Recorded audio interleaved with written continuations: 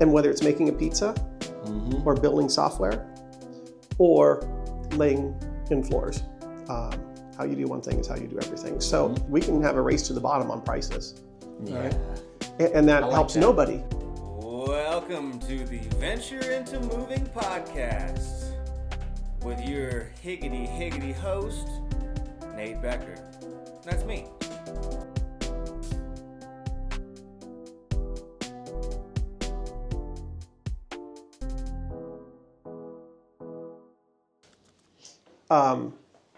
I tell my kids as they're in college now, you just have to have your 3 to 5 stories. Yeah. And then you spin those stories in different ways based on the questions you're being asked, right? There you go. And you tell those same stories through life, and you always just have those in your back pocket. And your wife's back, I heard this story 100 times. I'm leaving the room. Exactly. Oh, yeah. I hear that. You know, if you watch, Tom Peters is the first guy I ever watched do that. Tom Peters was a big business guru back in the late 80s, early 90s. Did a lot of speaking. After I started watching more of his, it was the same stories. Over and over, and he just used them in different ways. And he was regarded as this really great public business speaker. And then Steve Jobs. Oh, yeah. Same thing. Steve Jobs always speaks in threes and very simple. Steve Jobs is a very polarizing guy. He's easy to love and he's easy to hate. Yeah, Elon Musk. Exactly. All the greats, you got to have that little bit of both. Yep. All right, let's just get into it then, Patrick. This is Floor Coverings International, and I'm happy to be here. How's your day going? Great, Nate. It's a great day. It started out with coffee and donuts with you, and now we're going to go into the podcast. Yeah, Wonderful. We had an hour session at BNI. Yeah. How long you been a BNI guy?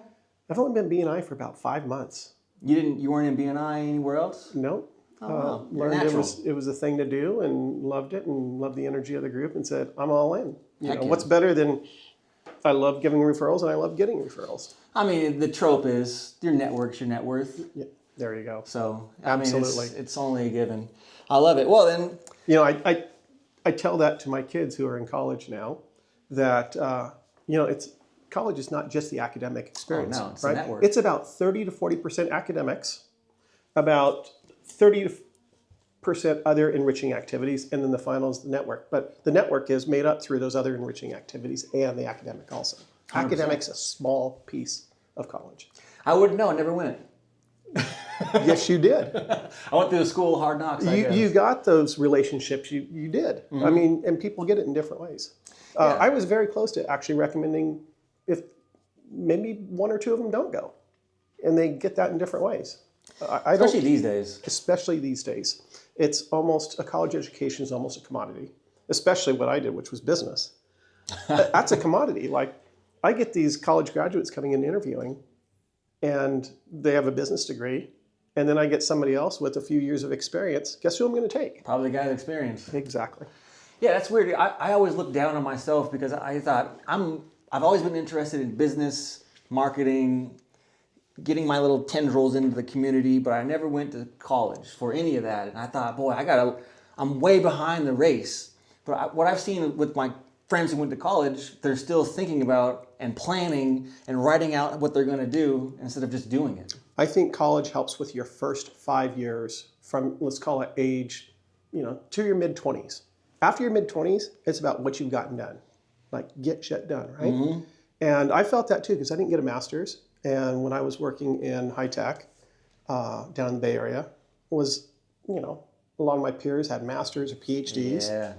And I was talking with my coach, my boss. She was on exec staff at a very large software company I was working for. And she said, Patrick, you know what? You want to go back and get your master's? We'll pay for it. Oh, wow. She said, but I don't recommend it. How long does it take to get a master's? It's 2 years. Program. It's 2 years. It's not very long. While you're trying to work, which is tough. Yeah. But she said, I can teach you more in that same amount of time than what you're going to get. And it's going to be more valuable experience when you go further with it. It's going to cost less. And it's going to cost a lot less. Yeah. So, I think there's lots of different ways of getting an education.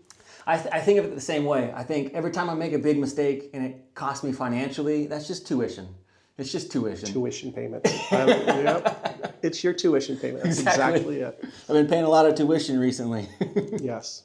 Flooring, though. Flooring is the foundation of a home. How do you kind of see that? Why'd you get into flooring? That's a really big question. And I agree. Flooring as the foundation of your home, it's like shoes. You know, there's some people with closets full of shoes. And because it can, I'm not a shoe person. I have like 3 pair that I like rotate. I have 7 pairs of shoes, 1 for each day of the week, because I got stinky feet. I can't be having them 2 There days we in a go. row. But flooring is like shoes. It can completely change, dress up or dress down what you're wearing. And you're in them every day. You need them to be comfortable. They make, you know, it's the foundation of your outfit. Same with you know, your house. You look at women and, you know, the 100 pairs of shoes, and they want to change how they look or feel. They go change their shoes. And it does the same, as you said, to a house. So why flooring? You know, as I mentioned earlier, a lot of different backgrounds. Yeah. I mean, I started in From Figaro's, right? from Figaro's Pizza, take and bake pizza, when I was 16 years old. I didn't even want the job. I went in with a friend who was interviewing, and, you know, I said, oh yeah, I'll interview too, and landed the job. And it really defined what I love doing, Which is? which is engaging with people and helping people solve problems. Like, what do you want on your pizza, right? And let's have a conversation about that. And then doing something great for them, and then doing it with pride, Yeah. right? Well, everything you do, I mean, how you do anything is how you do everything, right? Exactly. I love that. How you do one thing, how you do everything. And whether it's making a pizza or building software or laying in floors, how you do one thing is how you do everything. So, and that's right, because whether it's pizza or high tech or trampolines, you know, with Mountain Air Trampoline Park that we own here in town, how you do one thing is how you do everything. And a lot of those are about delivering a great experience, engaging with people, and having pride in your product. And mostly with flooring, you know, we looked at franchising the trampoline park, Mountain Air? Mountain Air, Yeah. because it's a good model. We have a great operational playbook, very repeatable. Is it not franchised? No, it's independent. Oh, It's really? just one location, ours. And, you know, it's been a great business. It's a great way to connect with the community. And we thought, let's go do it in another community in Oregon somewhere, or even Washington or California. My kids loved it. Well, they loved it. They're 18 to 16 now. Now, I say, let's go to the trampoline zone. They're like, yeah, you know, whatever. Well, and that's actually by design.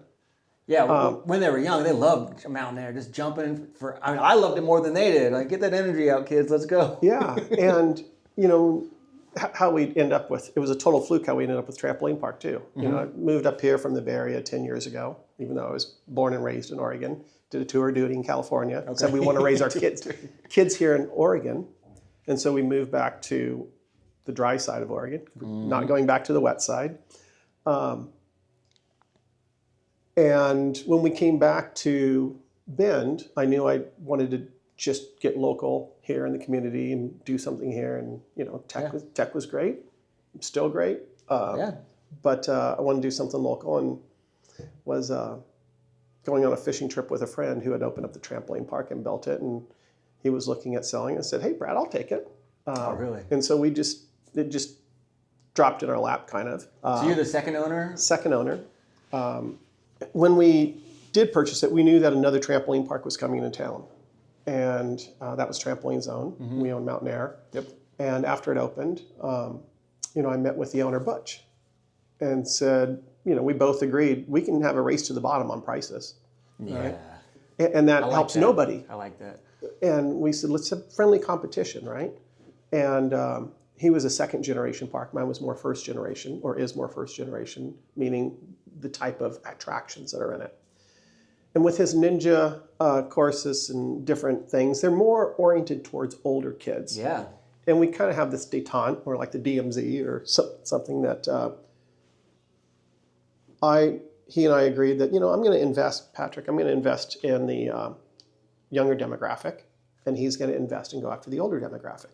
That way we both have our space. And nobody can believe that in a community of, let's just say, 100,000 in Bend, 200,000, 250,000 Central Oregon area, even that small for one trampoline park. Nobody can believe that there are 2 trampoline parks doing really well here. Fairly close together, too. Fairly close together location.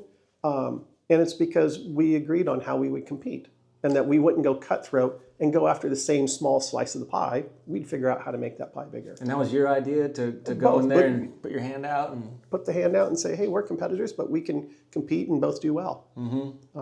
That's a big deal. It's a big deal, and it's worked out really well. We've both been in business for over 8 years, and both doing well. You can't hide from your reputation in this town. You can't. You can't. It's a very referral-based business, and word gets around quick. I always say there's, just 1 to 2 degrees of separation in Bend. Oh. The Kevin Bacon 6 degrees. 100%. 1 to 2 degrees of separation. If you burn some bridges, you've burned a lot of bridges. Oh, it's so much harder to rebuild a burnt bridge. Yep, it is.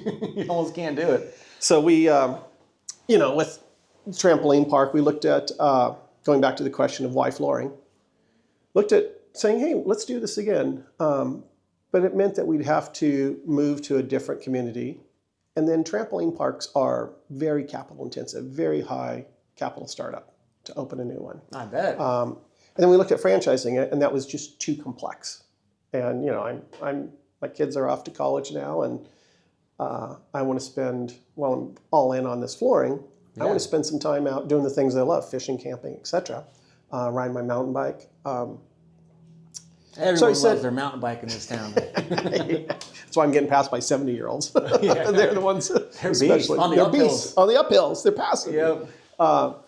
So told the franchise broker, no, we're not going to do this. He said, why don't you just buy one? Have something local in Bend. Threw a bunch of ideas out. And, we probably looked at 6 or 7 of them. And flooring was one that we just did a double take on. Whoa, flooring, right? That might be kind of interesting. My wife's an interior designer. Oh, nice. We've built a couple houses from the ground up here in Bend. Oh, wow. And have loved the process, and especially the flooring, because we know it sets the mood of the home, right?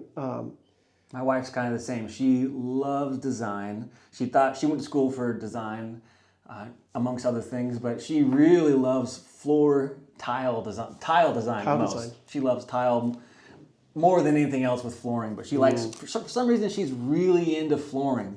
I keep telling her, we need to come visit. Maybe if you get that smoker out. Yeah, Friday happy hour, she'll have to come. Have to. Her and my wife probably went design school together. I wouldn't know. My wife was in Colorado. Oh, Colorado. Oregon State. There you go. Interior design. Oh, you were talking about Oregon, it's the Beavers, yeah. That's, the flooring we did a double take on. Then we looked at the operations and said, you know what, there's a playbook here. Buying a franchise versus starting our own. We don't have to spend a year or two starting our own all those playbook. SOPs and Exactly. Here's one we can just buy into. We really like the ethos of this company.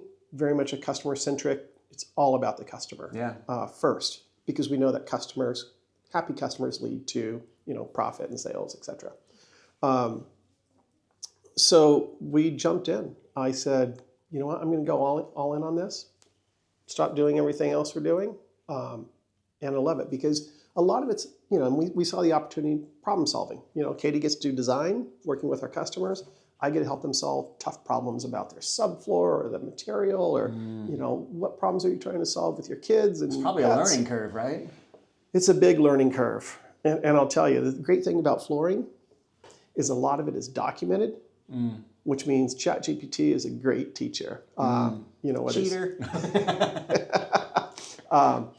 But there's a lot of content out there about flooring. And even put ChatGPT aside, every material, even though it's the same material, let's take engineered hardwood. Installation instructions are different based on the manufacturer. Based on how many plies of wood they have, will require whether there needs to be a vapor barrier or how it's glued or stapled. It's a really interesting subject area. I didn't realize there was so much to learn. I wouldn't know. I would have never thought of flooring to be something to get into. But, every house has a floor. Every house has a floor, and there's lots of different ways that people use it and abuse it. Exactly. I love going into a home. I went into one the other day. It was octagonal tile, and then that was in the kitchen, and then that bled into the wood floor or laminate. I don't know what it was. I'm not a floor guy in the living space, but they kind of like had some tile and had some wood kind of like a pattern going on. It was really neat. It was not just like a hard stop of tile, then a hard start of wood, but it kind of faded into kind of weaved. Yeah, weaved. Yeah, that's the better way to say it. Weaved into it. Yeah, it was neat. That's really I'll tell you, that's what's hard in Central Oregon, is finding that craftsmanship. Yeah. And us hiring people that have the ability to do that. There's just a report in the local newspaper here about 25% of the trades are retiring or dying, right? They're older, and we don't have enough younger ones coming up and learning the trades, and we need more of that. And the thing is, they get paid really well to learn that. I mean, we were talking about college education earlier. I think that's a great path, but there's lots of other paths also. Trade school, Trade school, or even apprenticing, good point. with a tile layer. I mean, and tile is probably the hardest and the most expensive here in Oregon. There's lots of tile professionals down in Florida and Arizona because it's always tile down there. But here, it's spendy. Yeah, we just got our bathroom done, so I hear you. Yeah, tiles. We put tile on the walls even in the bathtub. Yes, tile's not cheap. So that's the challenge, is finding really qualified craftsmen and women. And I would encourage anybody that's like wondering what to do after high school, look at apprenticing with some of the different trades. I mean, whether it's flooring or electrical or plumbing, there's a lot of opportunity. Especially just within home renovation, there's so much to do. There is. Yeah, from tile, flooring, carpet, everything. And we're at 250,000, or let's just take Bend. We're at 105,000 population right now. Give or take, yep. In 5 years, 5 to 7 years, the estimate is we're going to be at 150,000. Where are all those, 50,000 more people going to live? We need more homes. It's true. And we need both affordable housing and high-end homes and everything in the middle, right? We need it all. And those have to be built, and you need skilled people to do it. And we need more space here in Central Oregon, too. And we need more movers to move them from one space to another. Yeah. The more people that come in, the better for us. Bring them all in here. Bring them all in. I'm happy. I love the growth here. I'm excited about it. I was just in Oak Ridge, Oregon, last couple weeks ago, mushroom hunting. Yep. And that's an example of a town that died. Was it a lumber town? I forget now. It's a lumber town, just like Bend was. And, let's call it the grand poobahs of this town, who, ironically, a couple of them at a party when we first came here. They said all this growth is intentional, planned, from like 30 to 50 years back. When they saw in the 80s that things were starting to go downhill with the timber industry, from the big strikes to the spotted owl and all the regulation, they knew they had to shift the course. And the Parkway, Oregon State University, that's been planned for 30 years, for a long time. And what they've done is they've shifted it towards this new economy. Tourism was just interim. But now that we have tech companies locating here, other manufacturing businesses, that's the plan. What's behind is housing. We now just need more affordable housing. We get a lot of moves from the tech industry. All the people who move here from Facebook. In Prineville, we get a lot of those. Yeah. It's crazy. It's great. I mean, I think these towns are booming. Yeah. And you said it's intentional. It's intentional. This is not just because, I know there's a lot of dislike when Visit Bend starts advertising about Bend in Southern California, but it started way before that. And Visit Bend was just one part of that plan. Yeah, people could hate on it, but too, I mean, how else are we going to remain a community if we don't have the lumber industry anymore? We need to support the small businesses and all the businesses that are here, all the coffee shops that are popping up, all the brew pubs and all this, and we need people to... We need people. We need people. We need people to make coffee and serve coffee and exactly. And drink coffee. You seem like you're quite the business guy. Have you always been deep into business ever since you were in diapers, or what's your backstory with business? I like to argue a lot when I was a kid. You can't say no more. And I thought I wanted to be a lawyer because of that. But we were dirt poor when I grew up. I grew up in Cottage Grove, Oregon, another lumber town, timber town, and dirt poor. I mean, half the year our refrigerator wouldn't be working. We'd have a cooler out back with a big block of ice in it.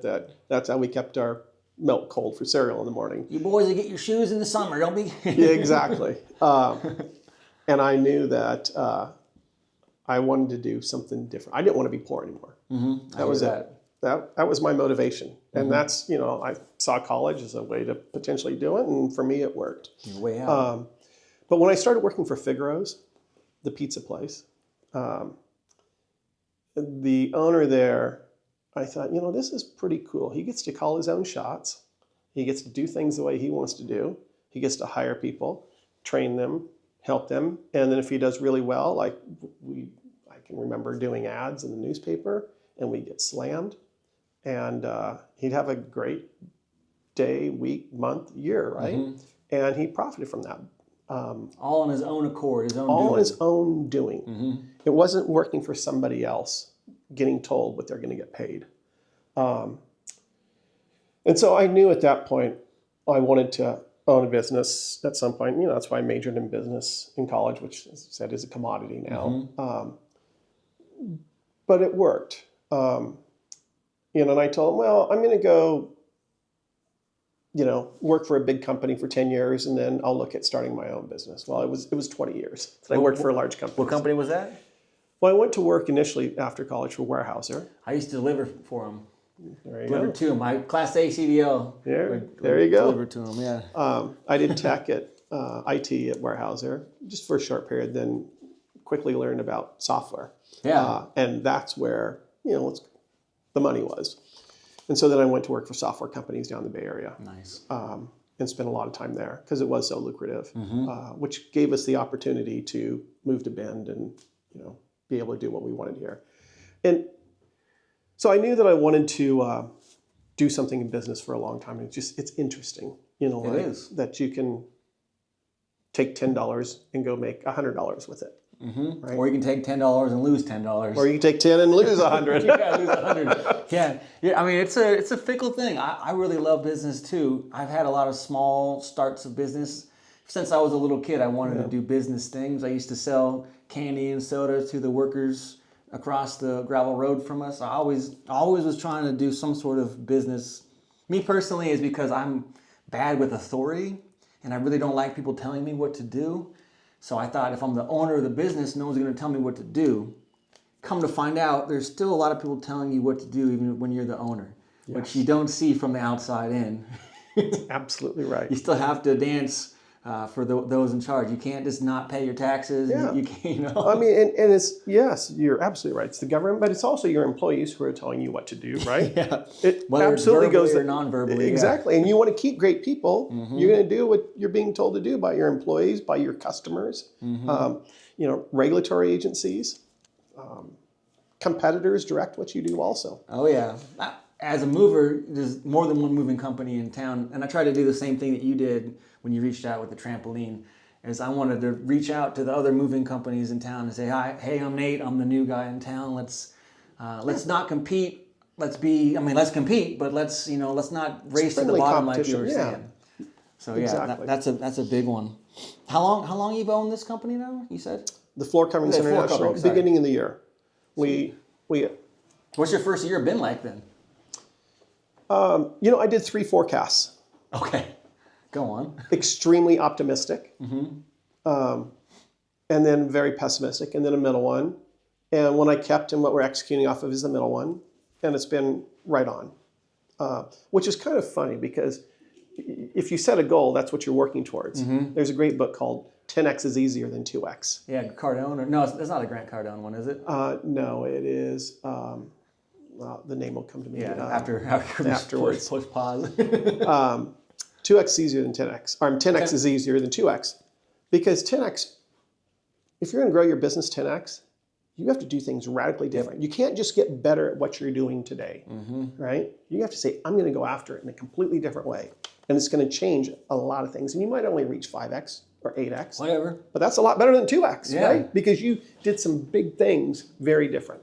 Yep. I feel the same way when I set my goals. I like to set goals that are, here's my reasonable goal, but let's ignore the reasonable goal. Let's go high. I set real big goals and try to get those big goals.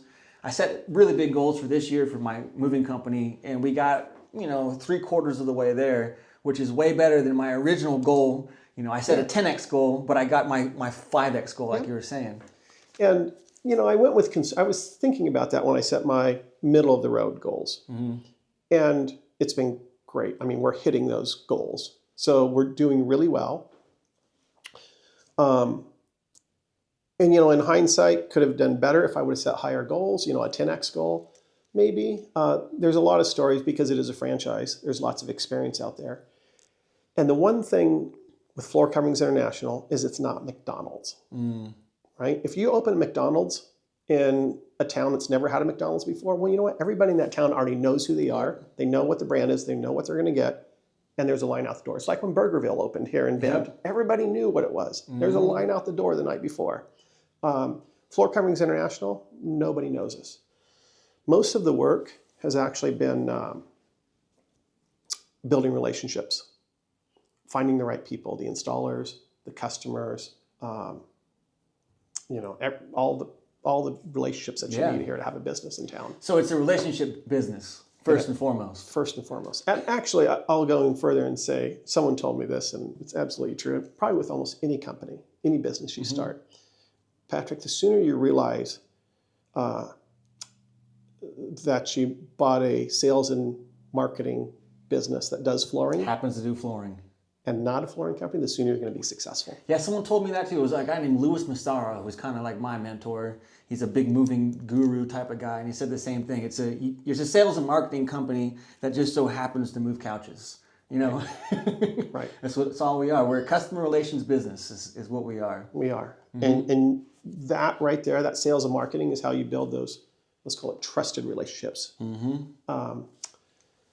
Our design associate, interior designer, and also my wife was out one week, and I was in the van going and doing appointments. Nice fully coated van there. Nice fully wrapped van, and our rolling billboard.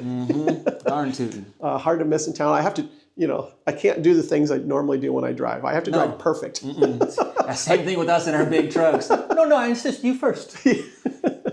No California driving here in those.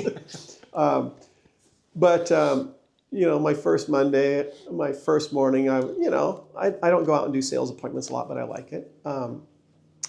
And at the end of this, we call it turning the tablet, which is showing the price. Oh, yeah. And the lady this woman said yes.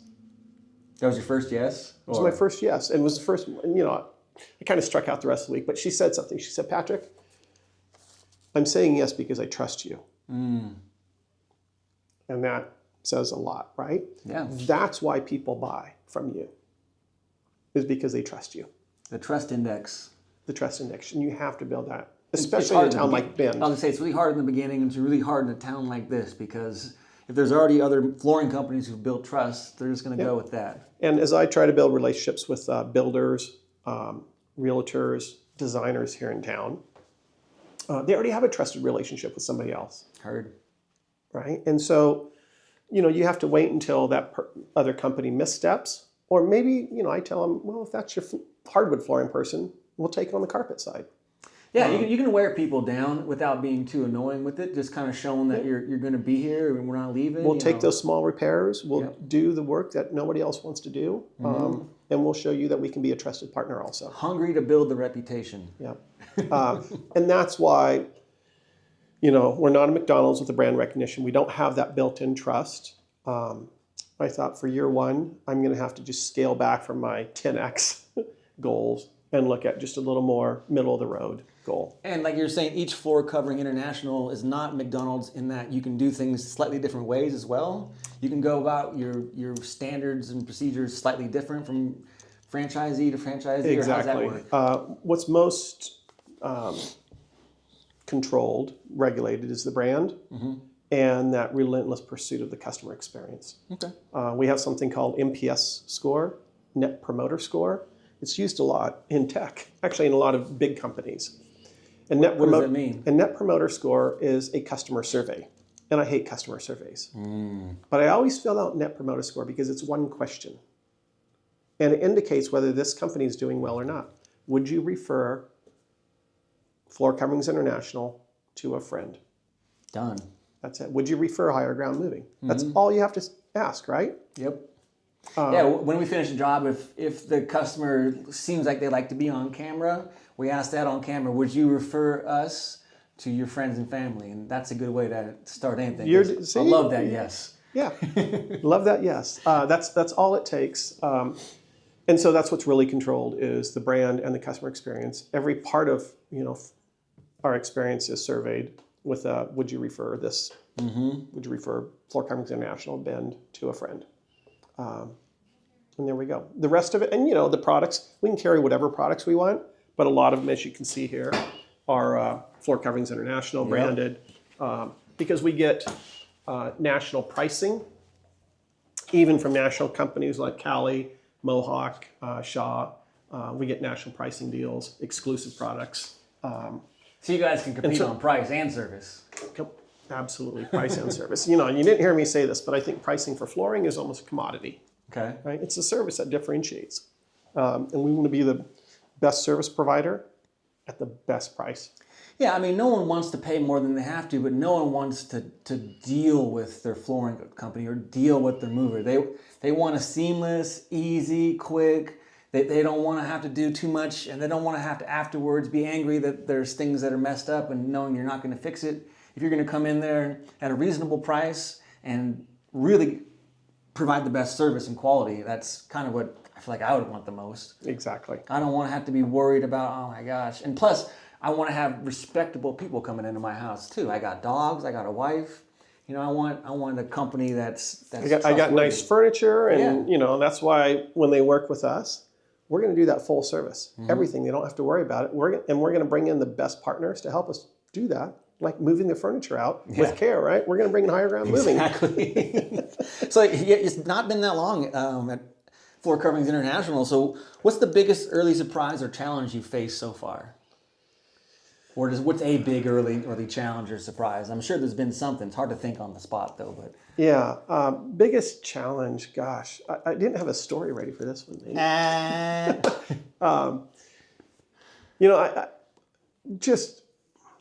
knew it coming in, so it wasn't a surprise. But I thought I would be able to get through it quicker, which is getting highly qualified installers, right? Because we can do a great job on the sales and marketing, but we also do installation. Yeah. And I want the best people working for us that do installs. And we do. We have some really great crews. But it takes a long time to find those really great installation people. Plus, the installers are going to be the last time the customer sees. They're going to see the installer after you, so the taste in their mouth is going to be the installer. And they're going to live with the work that the installer did for the next X number of years on their floor. So that's been a real challenge. And also, how entrenched people are with their current trusted partners. To get somebody to switch is tough. I want to go across the street to Total Home Solutions, say, Ryan, I'm your guy, flooring guy. Well, he already has relationships with people that have been delivering for years for him. It's tough. Yeah, they're doing good over there at Total Home Solutions. I like that. Oh, but how did you start building your early crews or your crews you have now? How did you go about finding them? Well, there's lots of different ways that are recommended, like a box of donuts in front of Home Depot at 7 a.m. in the morning. You see who the crews are. They're coming out with some type of flooring material. But what we did was we started down at some of the flooring supply, like T&A here in town, and asked who are the best. And it was about relationships again. Yeah. It's just like finding customers. It's about relationships. And so because it's a trusted flooring supplier here in town, they know who the good guys are. Oh, yeah. Here's something interesting. And they're happy to share it, too. Yeah. When we were building our house, we were like, how do we find a good builder? And I have an uncle who is a builder over in the Willamette Valley. He said, talk to the subs.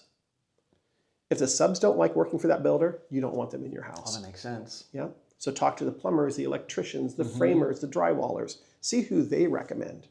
Who pays their bills on times, right? Who keeps things organized? It's the same thing here. Talk to the suppliers. Find out who the good installers are. They know. They're the ones that come in. Positive attitude. Yeah, that's that we were talking about this morning. They pay their bills. They're always busy. So that was how we went about finding the right install crews. Relationships again. That makes sense. Well, then walk me through the customer journey. So what's it like if I was the customer?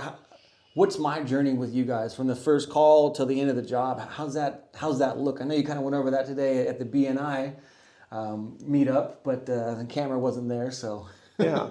The customer journey starts when they recognize they have a problem.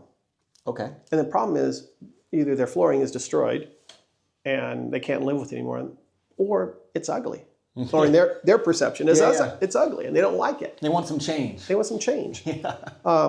Another new pair of shoes. New pair of shoes. I don't like my shoes anymore. They're ugly.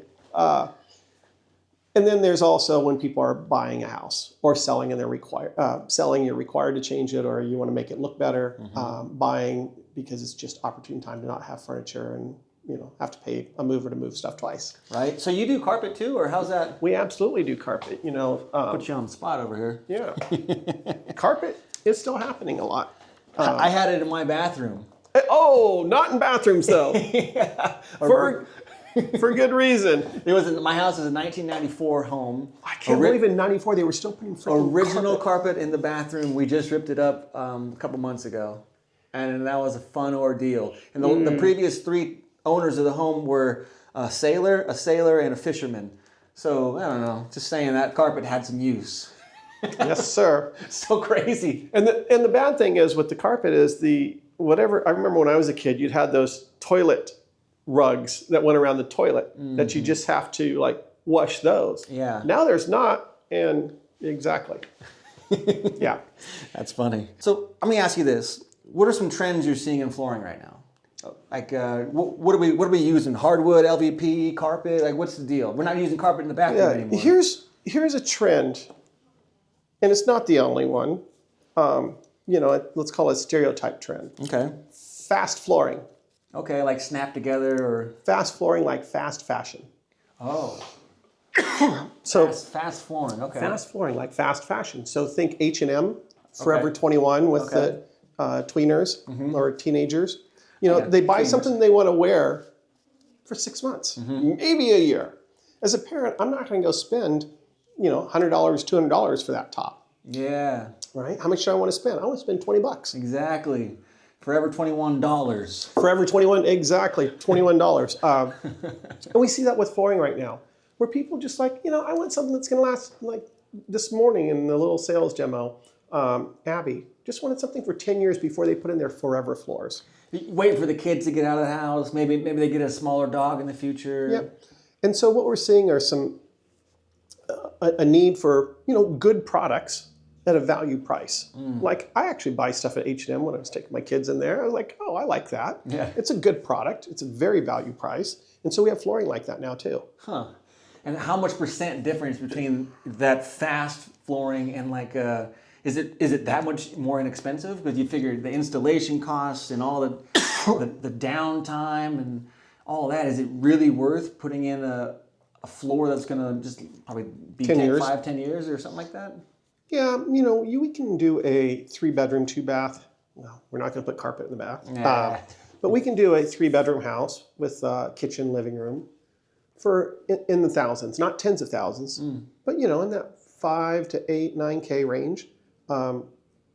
Which if you look at that over 10 years, it's not too bad. $500 a year, $1,000 a year for new flooring. Yeah, I can see it also being really good if you're getting ready to sell the house. You don't want to spend $1 million on the floor, but you want it to look good. Yep. And we have lots. Even our good, better, best, even our good has warranties that are 10, 15 years. Oh, nice. And it's not, and that's carpet with stain, pet, wear warranties that are 10 to 15 years. Meaning even value products are much better than the products of 10, 15 years ago. Yeah, it feels like it. What about linoleum?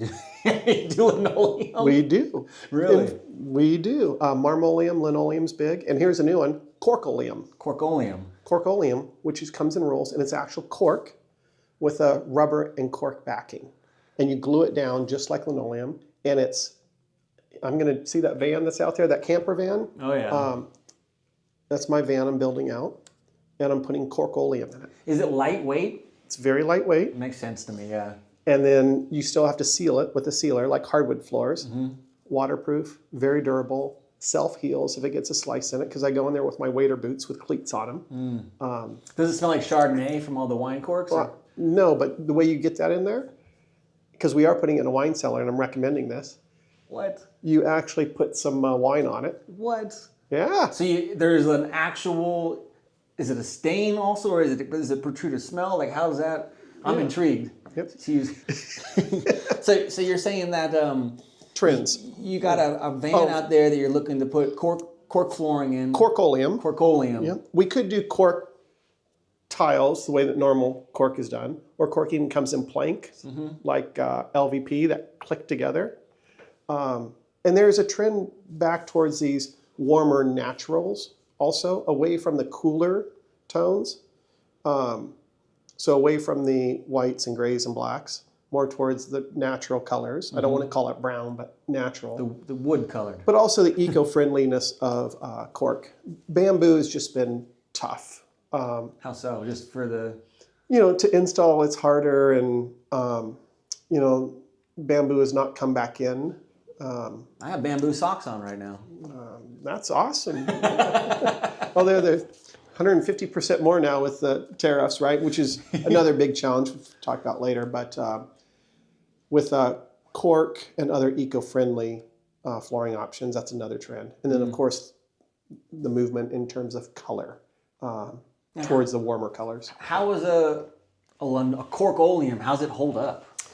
Well, I'm going to find out. I'm going to use my van as a showcase for it. It's going to get beat hard because I use it hard. Yeah, with your waders on. And waders and boots dogs, and dogs and wet and, middle of winter. So according to the manufacturer, and this Corkoleum is a new product,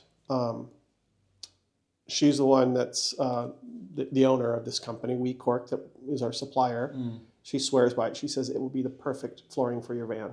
I like that. So we're going there with it. Well, then what do most homeowners not understand about choosing floors?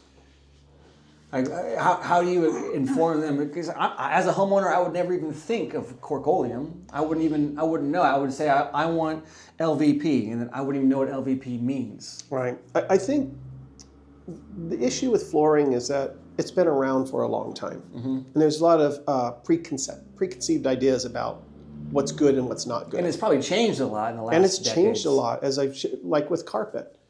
You still don't want to put carpet in your bathroom. Come on.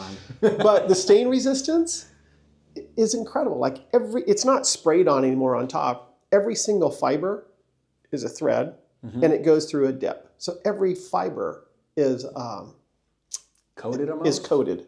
Okay. And so these products, they've advanced significantly every year. It's not quite like Moore's Law with technology and processors, but they do advance fast. And I think what customers don't understand, or really it's that they have preconceived notions about carpet and LVP also, and hardwoods. Engineered hardwood is a thin layer of hardwood veneer on top of multiple layers of plywood. And people think, oh, I don't want that. That's not as good as real hardwood. Well, there's a trend towards wider planks. What's going to happen with wider planks of natural hardwood that are... They bow or... Exactly. They cup, they warp. They're not as dimensionally stable as engineered hardwood.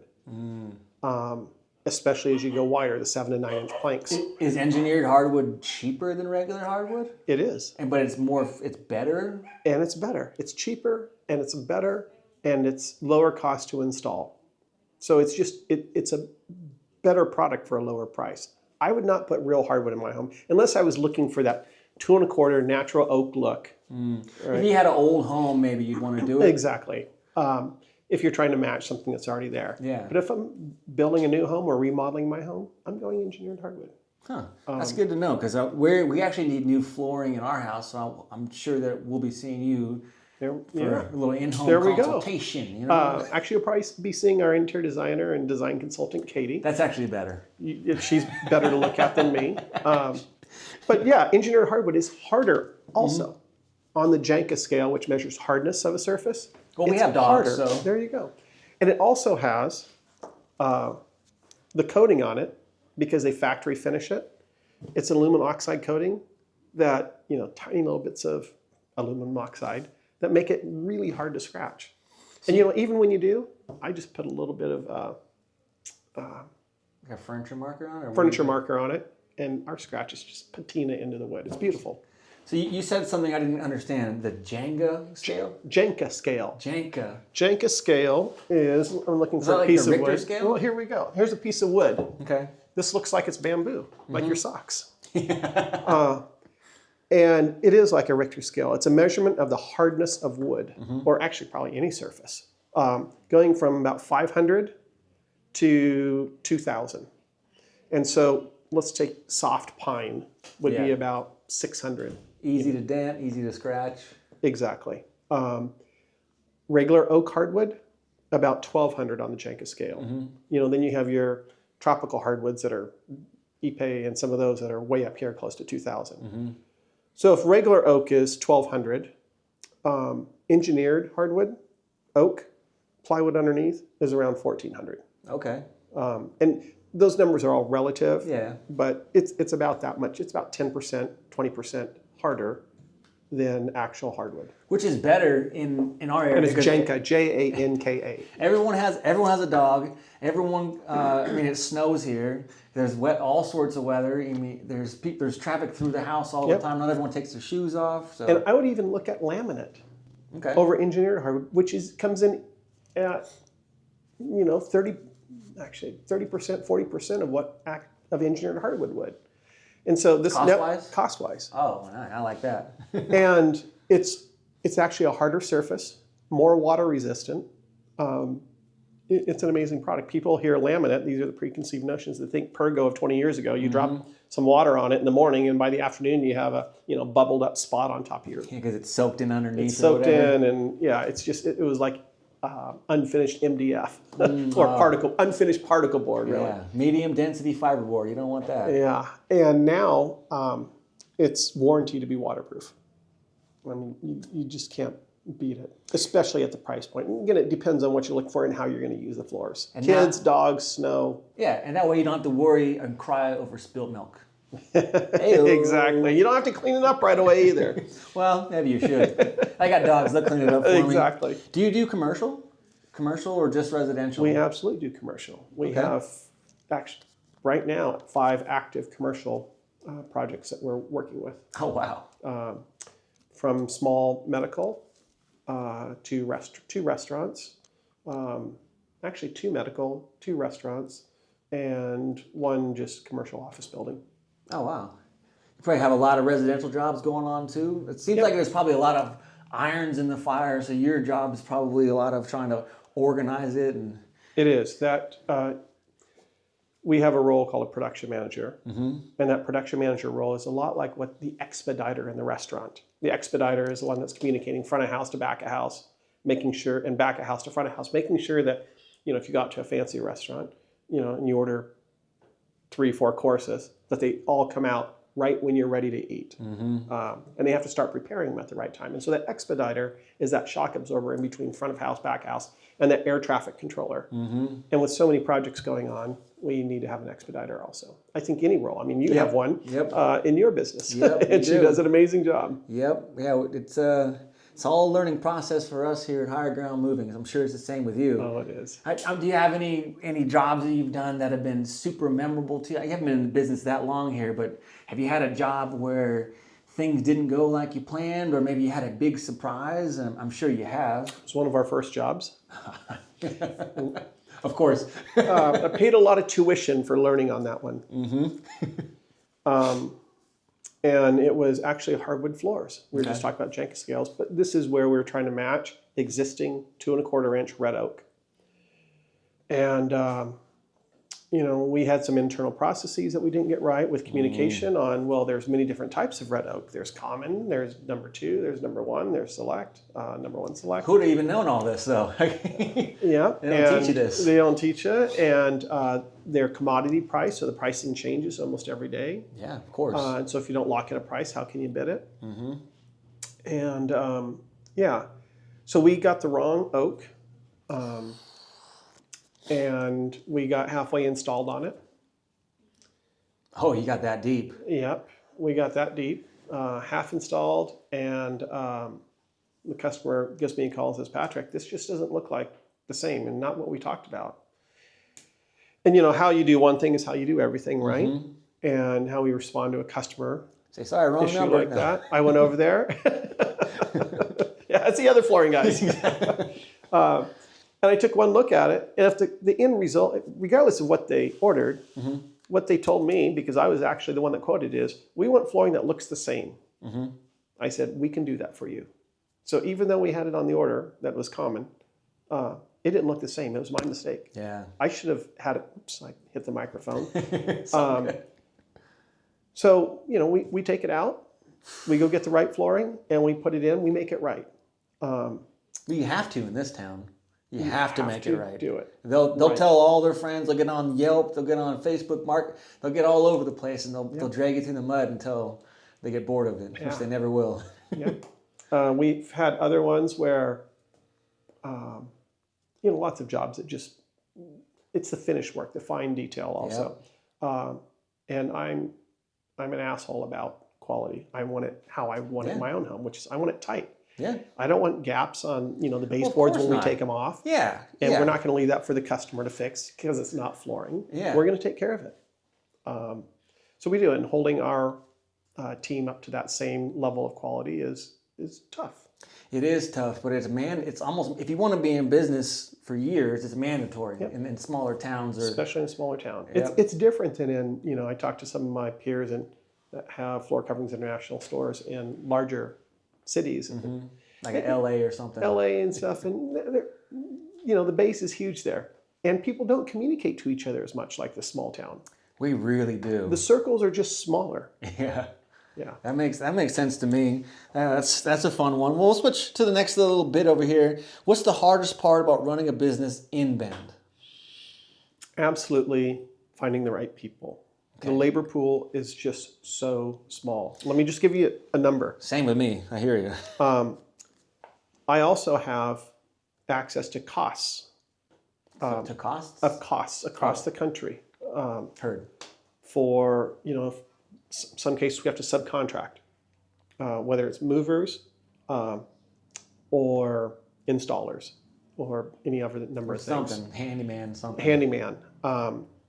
In general, our costs for labor when we subcontract are 30 to 40% more than Portland. Choo, really? Across the board. And sometimes it's 60, 70% more, sometimes only 10, 20, but on average, let's just call it 35% more than Portland.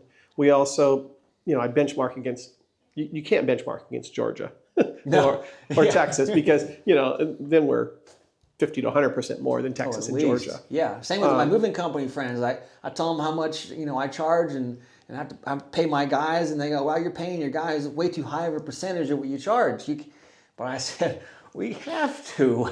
Our margins are just smaller. Yeah. Yes, everybody knows it's more expensive to go out for a beer and a burger here in Bend. But in flooring, I think people feel like, well, I saw it at Home Depot for $289 a square foot, and install for $289 a square foot. Why can't you do exactly the same for me? Well, they're bringing in they're actually bringing in crews from out of state and out of the area.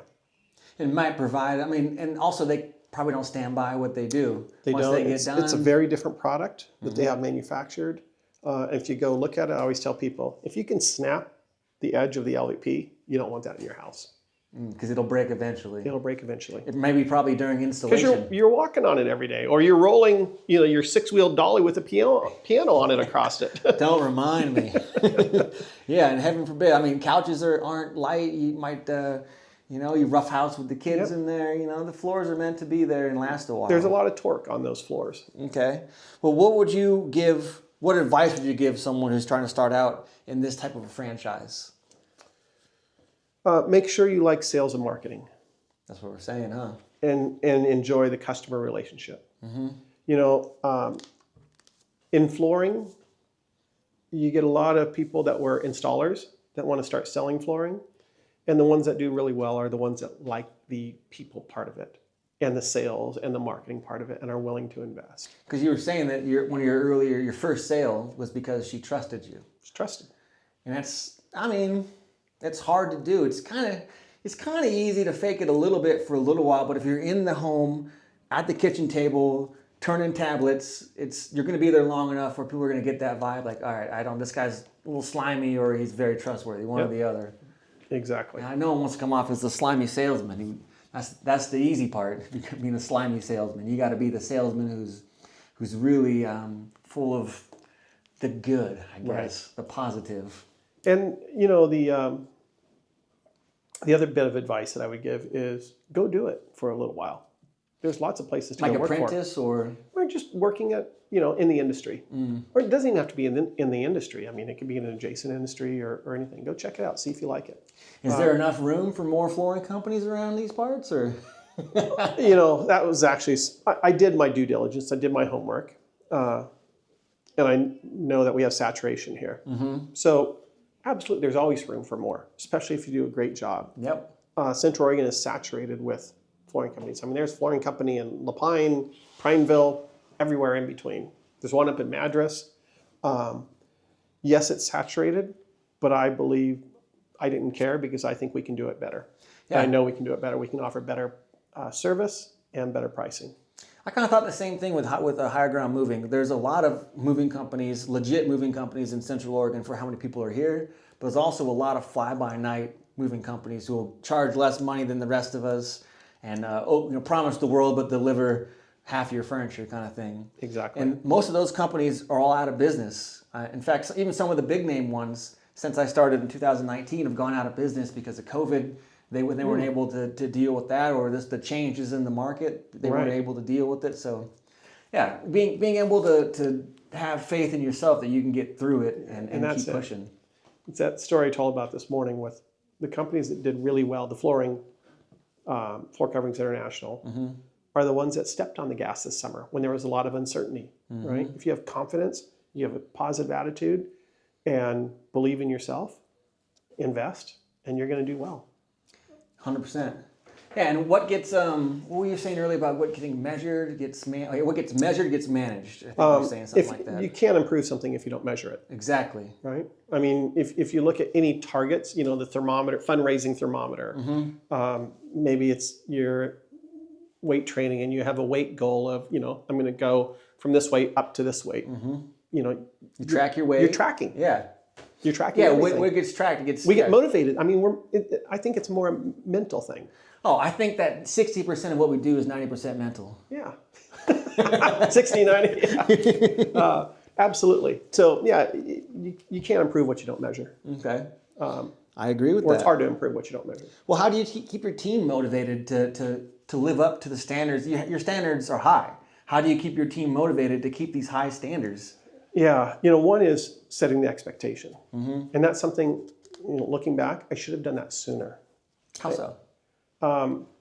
Not just talking about it, but documenting it, having it be part of our fabric of everything we do here, right? Of our processes, of our metrics. Everything we do needs to be part of those higher standards, from customer communication.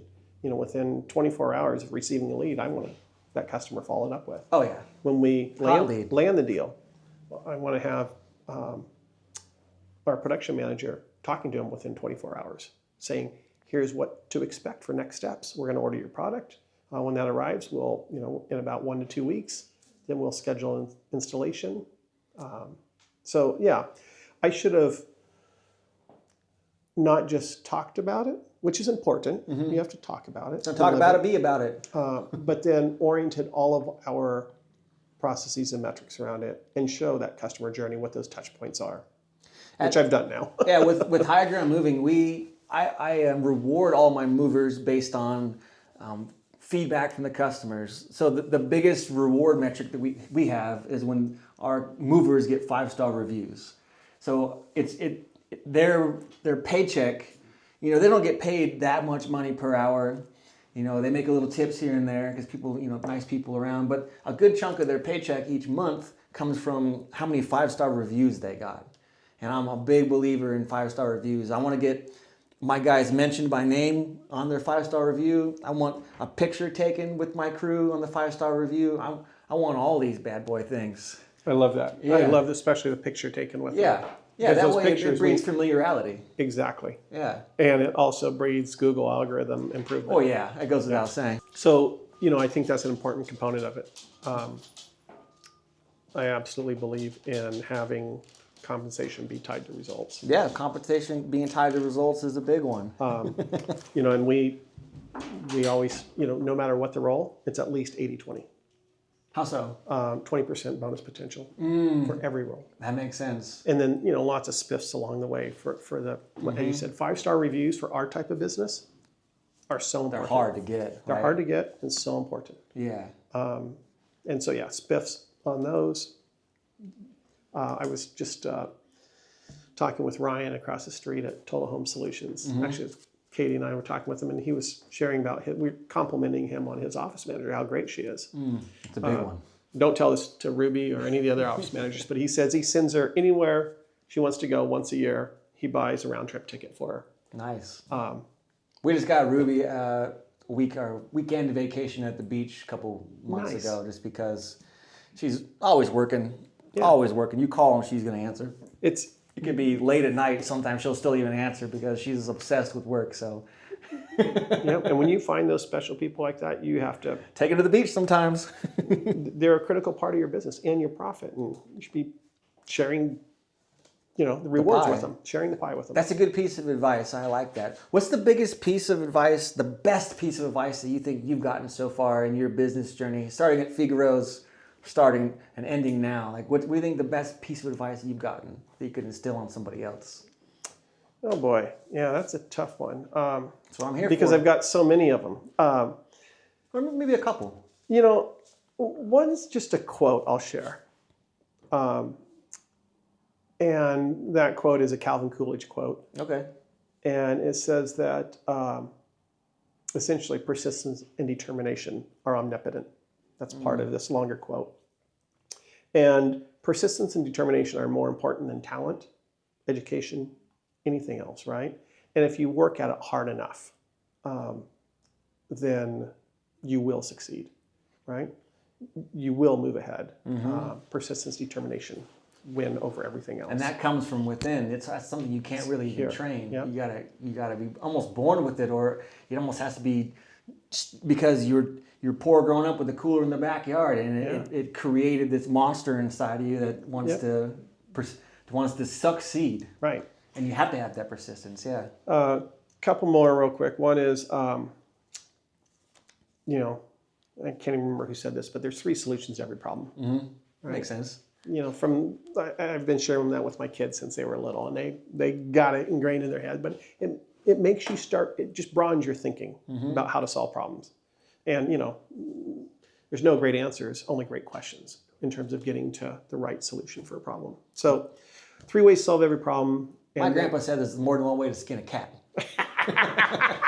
I guess 3 ways to solve a problem is PC way of more than one way to skin a cat. That's exactly it, right? And here's one that I've been told a number of times, but heard about it with Floor Coverings International also. Don't sit at the table with the negative Nellies. They'll just drag you down. Vampires, right? yeah, they have vampires. They're just vampires. You go sit at the table with a positive attitude. Find those people that are going to bring you up, that are doing well, and sit at that table. Yeah. Stay away from the vampires. I agree with that 100%. Yep. And that's a life goal also in terms of relationships. 100%. I'm in full agree. Well, let's get to the future vision of what you're doing here. What do you love about doing a small business, or about having a small business? And Ben, what's your number one thing? We'll do some rapid fire stuff with you to end this out. Oh yeah, customer, people. I love meeting new people. Number of friendships, relationships we've had just in 6 months. I knew you were going to say that, yeah. It's the people. And it's meeting new customers like Andy that just came in here, him and his wife. Even reps, our flooring reps that come in, that I'm going on a fishing trip with, and it's just the people. 100%. I agree with that as well. So what role do small businesses like yours play in this community? Especially in Central Oregon. Of course. We're the lifeblood in terms of employment in the economy. We don't have enough large manufacturing companies or industries here yet. Small businesses are the backbone of this economy. Yeah, it kind of died in the 80s with lumber. With lumber. And it's the revitalization, like Old Mill now being a shopping center. What? Right. Exactly. Just things like that. And I actually think my goal with like all the interactions or roles that I've had is I want to see my team start a small business. I'm the same way with my guys. I say, I want you to become I want you to learn with everything we do here. I want you one day to either start your own moving company, start your own flooring, start your own thing. I want you to be able to have the confidence in yourself to venture out and do your own thing. I want to build the foundation like your Figaro's boss did. Yep. I want to build that and the foundation. skills and the knowledge and the confidence. And the way of thinking, kind Yep, of. exactly. And I think a lot of, I don't know about the flooring industry, but in the moving industry, there's a lot of lack of self-worth or self-confidence or maybe thinking they don't deserve any better than just a manual labor type of job. A lot of these guys, that's how I was. I thought, I'm just a loser. I don't have an MBA. I don't have this, all the negative. But if someone can kind of build you up and show you that any old fool can do it if you just have persistence. Yep, exactly. Yeah, I like that. All right, where do you see Floor Coverings International in the next 5 years? This is year one. This is year one. I've said I want to be the go-to place for people to work at and buy from for flooring. I want to be the number one flooring store in Central Oregon by far to work at. And So have a good company culture. That's a big part of what you're doing. It's got to start there first. Employees first and then the customers. Because if your employees aren't happy, it's going to show through to the customers. Boy, howdy, I've learned that in business. You can't as a boss treat your employees like you would. So when I first started, I used to be a fighter. I used to be a football guy, and I would treat my employees like my football coach and wrestling coach would treat me, kind of thing. Yeah. And that worked on me, but it doesn't work. I see it. It does not work on most people. Right. It does not at all. In fact, it has a negative and anti-effect. And then they'll go in. And they don't care if they break a couch, or they don't care if they scratch the floor and hide it from the customer. So with you got to have a good company culture. That's a big one. You're right on that one, 100%. But for anyone listening who needs new floors, how should they reach you? Well, they can reach us in a lot of different ways. Come and visit us. We're going to be having happy hour Friday open houses. Where are we at right now? You'll see us. We're on Brinson Boulevard between Cross-Eyed Cricket and FedEx, really close to Nate and Higher Ground Moving. Yeah. But we're at 20705 Brinson Boulevard here in Bend. Or go see our website, because we're part of a franchise. We have a great big long URL. So I just went out and bought a new one and made it simpler and redirected it. And it's called FCIBend.com. FCIBend.com. FCIBend.com. Check out our website. You can see a little bit about us on there. Or just call us, 541-797-0909. I also saw that beautiful van. It had donuts and coffee in it today. I can't resist a van with donuts. You know that. Right. So you go out to people's homes, right? We do. Flooring is best viewed in your own home. Light changes flooring completely, like 2, 3, 4 different shades That's a good in point. your own home. So when you pick something out in the store, Get the wrong red oak. it's hard. And let me tell you, these boards are heavy. Yeah. And I've schlepped around flooring boards before from a store to the house. They're heavy, and you don't want to be schlepping those back and forth. We bring them out to you in our mobile showroom. We measure, we give you a quote right away based on the selection that you made. Sweet. Do you guys do social media at all? We love social media. Oh, nice. So Instagram. Instagram, Facebook, floorcoverings.bend, on both. Too easy. Well, thanks, Patrick, for letting me come into your beautiful shop over here on Brinson Boulevard, not too far from my shop. Yeah. Not too far from Ponch's place and that new pickleball spot. New This is a good pickleball neighborhood. spot, it is. Yeah, and not too far from Mountain Air, really. So. And Cross-Eyed Cricket, I got to tell you about Cross-Eyed Cricket down here on the corner. They have this elote corn dip. And you Okay. put brisket on top. They got a good barbecue for some reason. Their barbecue is amazing. You can see it smoking out there in can the morning. smell it, yeah. It makes me hungry every Thursday, Friday morning when they start it up. It's good stuff. Sweet. Well, thanks for having me in your spot. It was great talking Thank you, with you. Nate.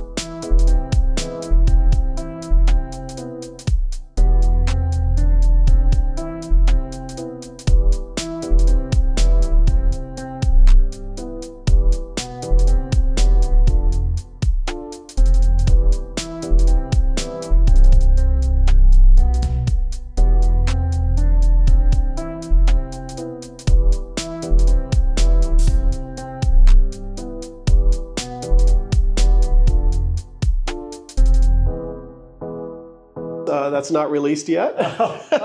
God, no.